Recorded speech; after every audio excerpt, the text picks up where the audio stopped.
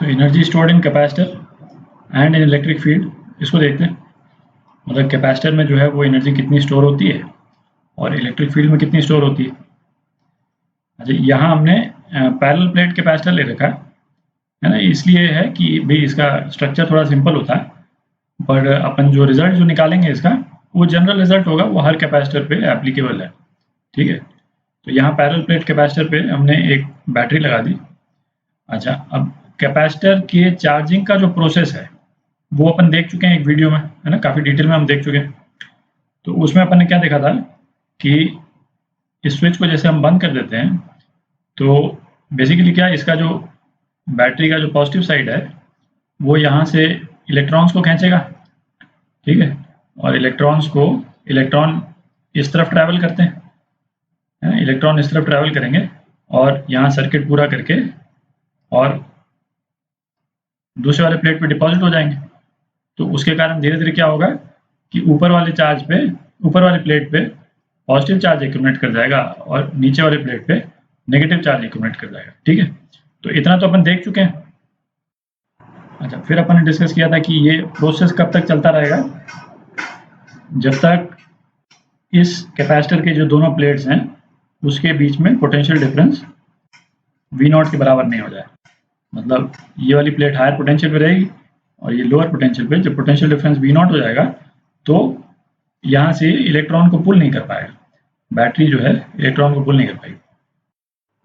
अच्छा, इस वाले केस के लिए हम ऐसा करते हैं कि एक्चुअल मूवमेंट जो है वो तो सर्किट में इलेक्ट्रॉन्स का ही होता है, पर ये कहना कि यहाँ से इस प्लेट से इलेक्ट्रॉन ट्रांसफर होकर के नीचे वाले प्लेट पे जा रहे हैं, उसका एक इक्विवेलेंट स्टेटमेंट ये है कि नीचे वाले प्लेट से पॉजिटिव चार्ज जो है वो ऊपर वाले प्लेट पे जा रहे हैं।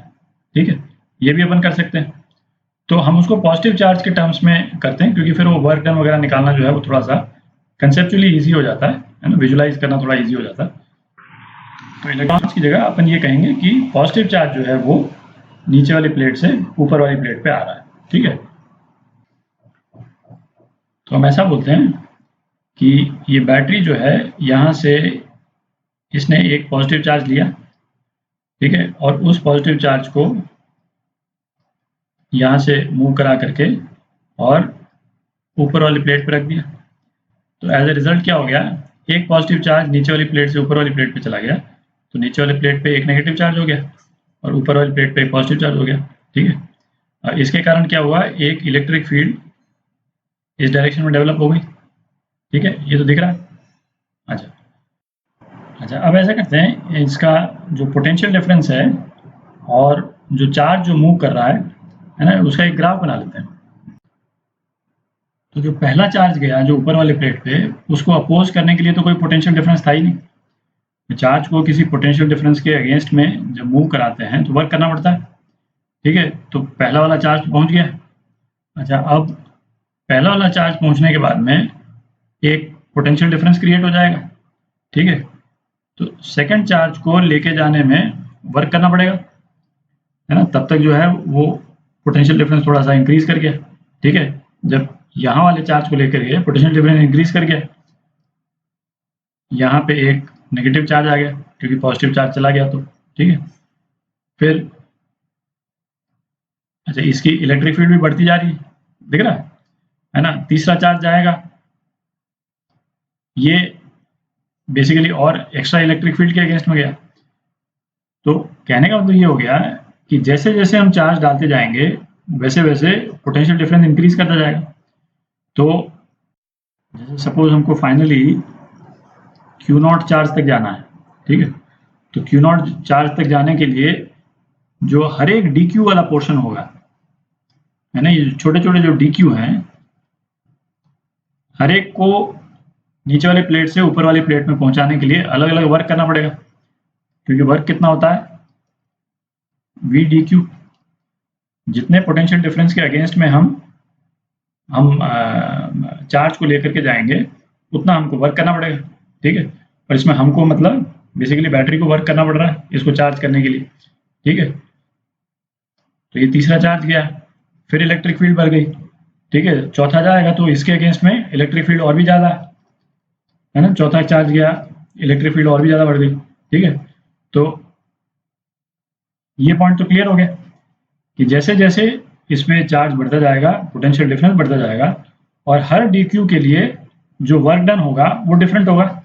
जो यहाँ वाला जो डी क्यू है, इसको यदि लाल से बना देते हैं, ये वाला डी क्यू, और जो यहाँ वाला जो डी क्यू है इसको ब्लू से कर देते हैं, तो ब्लू वाले डी क्यू वाले पोर्शन को पहुंचाने के लिए ज़्यादा वर्क करना पड़ेगा, क्योंकि तब तक जो है पोटेंशियल हायर हो गया है और लाल वाले में पोटेंशियल यहाँ पे था।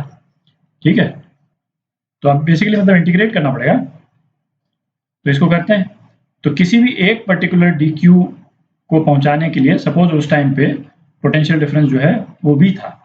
फाइनल पोटेंशियल डिफरेंस कितना होगा, वी नॉट। जब V naught final potential difference हो जाएगा तब चार्जिंग रुक जाएगी, ये अपन देख चुके हैं।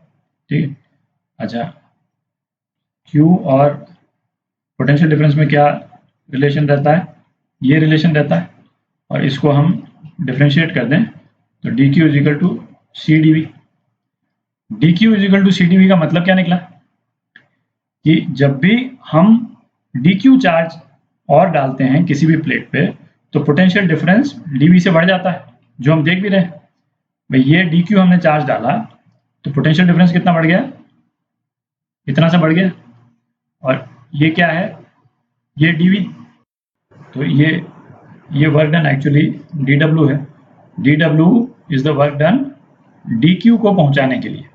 इस वाले ये जो जैसे लाल वाला डी क्यू है सपोज, तो इस डी क्यू को ऊपर वाले प्लेट पे पहुंचाने के लिए जो हमको वर्क करना पड़ा वो डी डब्ल्यू हो गया।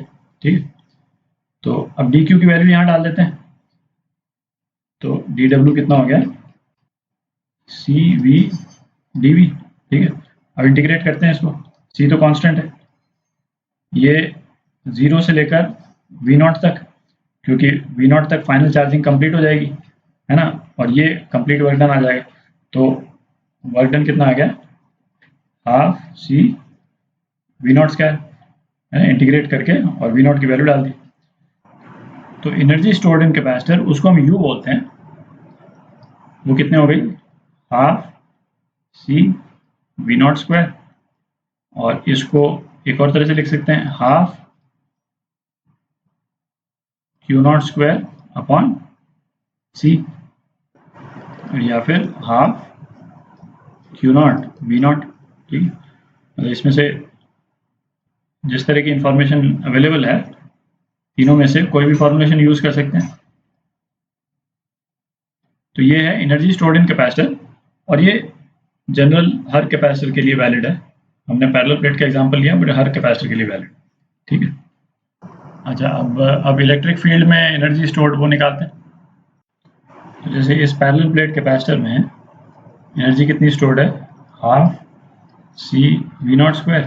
ठीक है, अच्छा पैरेलल प्लेट कैपेसिटर का कैपेसिटेंस अपन निकाल चुके हैं, epsilon naught A by D. ठीक है, और वी नॉट कितना है, ई डी, जो ई जो है वो इलेक्ट्रिक फील्ड है। ठीक है, तो इन दोनों वैल्यूज को डाल देते हैं इसमें, कितना आ जाएगा, यू आ जाएगा आपका half epsilon not E square into A D, है ना, ये आ जाएगा।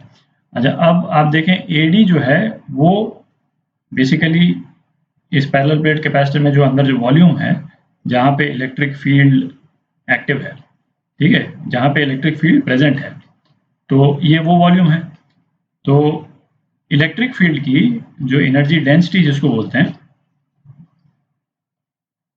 ये क्या है, energy per unit volume, energy पर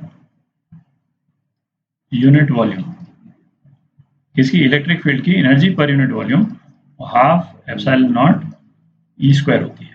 एडी को इधर ले गए, बेसिकली उसका वॉल्यूम जो था उसको इधर ले गए, तो energy per unit volume electric field की ये होती है।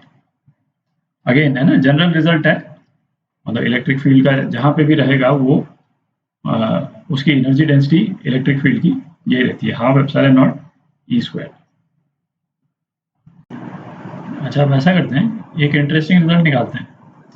ये अपन ने कंडक्टिंग शेल ले लिया, उसके ऊपर क्यू चार्ज दे देते हैं। ठीक है, अच्छा इस चार्ज के कारण जो इलेक्ट्रिक फील्ड होगी, मतलब शेल के बाहर वो कितनी होगी, E is equal to K Q by R square. R जो है वो आर के बाहर है, ठीक है। अच्छा, अभी अपन ने इलेक्ट्रिक फील्ड की जो एनर्जी डेंसिटी निकाली उसको छोटा यू बोल देते हैं, मतलब एनर्जी पर यूनिट वॉल्यूम। वो क्या था, half epsilon not E square.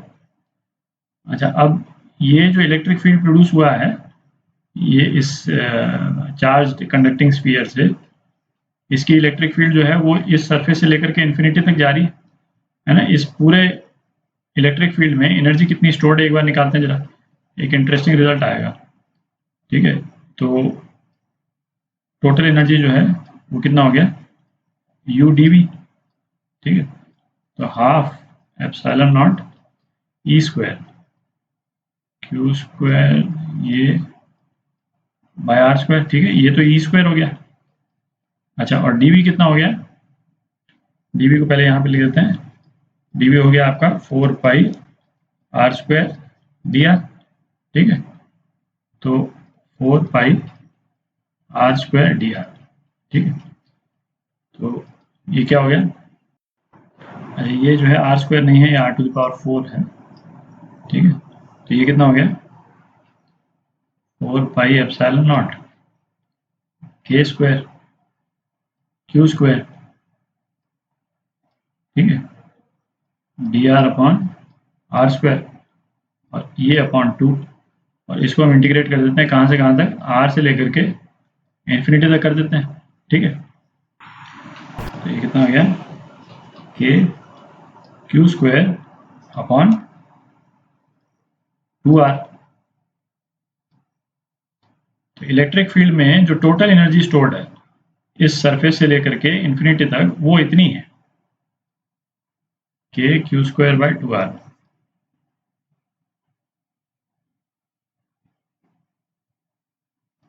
अब ये कैलकुलेशन करने का पर्पस क्या था, ये वाला जो एक्सप्रेशन है ये फैमिलियर लग रहा है।